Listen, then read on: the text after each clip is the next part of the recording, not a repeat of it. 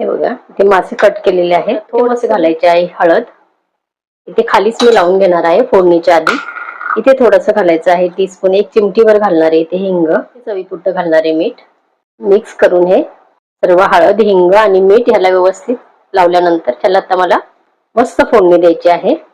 त्यासाठी एक छोटा कांदा मी कट करून घेतलेला आहे, थोडीशी कोथिंबीर आणि थोडंसं इथं आलं लसूण पेस्ट आहे अर्धा चमचा. आपण पॅन गरम करत ठेवला, 1 टीस्पून इथे तेल घातलेलं आहे.